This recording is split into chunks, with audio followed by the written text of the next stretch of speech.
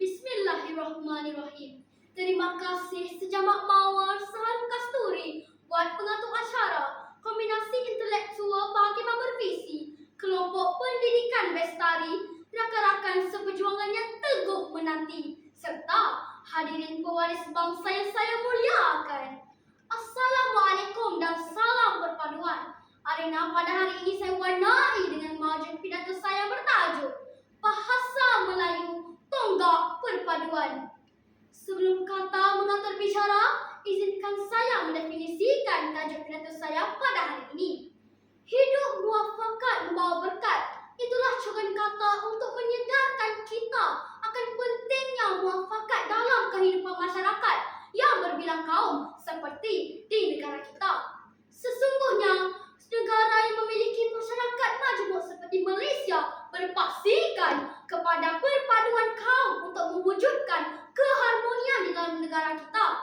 Usaha membina negara bangsa yang bersatu padu ini sebenarnya boleh dilakukan jika setiap rakyat mengerti akan kepentingan bahasa kebangsaan sebagai tonggak perpaduan setiap rakyat di Malaysia.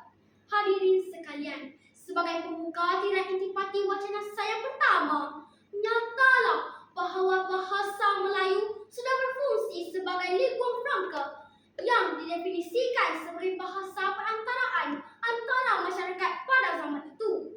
Hal ini dapat dibuktikan dengan jelas apabila kita meneliti catatan ilmuwan Inggeris seperti R.O. Winston yang menunjukkan bahawa bahasa Melayu telah digunakan sebagai bahasa perdagangan yang mengeratkan hubungan masyarakat yang berdagang ke Melaka ketika itu.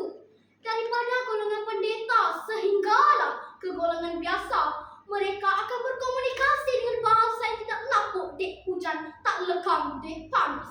Berdasarkan perkara ini, jelaslah bahawa sejarah membuktikan bahasa Melayu mampu menjadi bahasa yang dapat menyatu padukan perpaduan seantero dunia. Hadirin yang dihormati, intipati wacana saya kedua, bahasa Melayu dipilih sebagai bahasa kebangsaan. Di Malaysia terdapat 3 kaum utama, iaitu Melayu, Cina dan India. Kaum Melayu merupakan penduduk asal Malaysia dengan kepadatan melebihi 50% daripada keseluruhan warga negara di sini. Menurut Pernyataan Rasat 1957, bahasa dan pendidikan dapat digunakan sebagai alat untuk meningkatkan bersefahaman dan perpaduan antara penduduk yang berbilang kaum.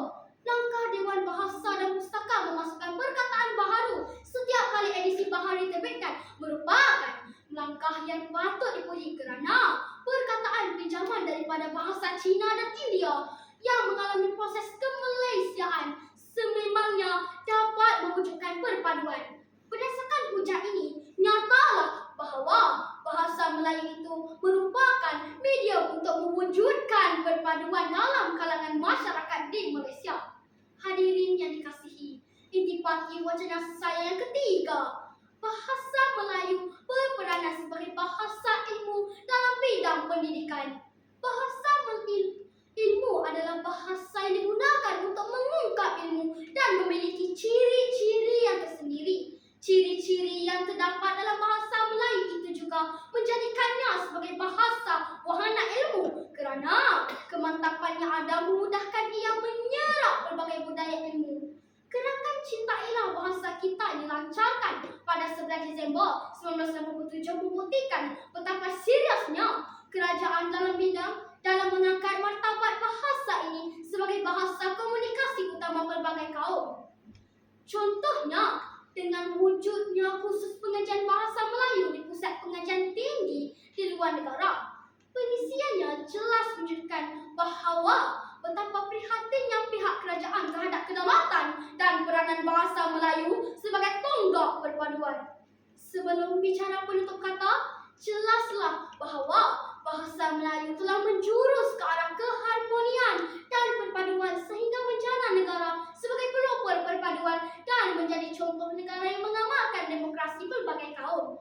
Konklusinya, aspirasi negara melalui gagasan Satu Malaysia boleh direalisasikan melalui peranan bahasa Melayu kerana bahasa lambang perpaduan negara. Yang kurik itu pundi, yang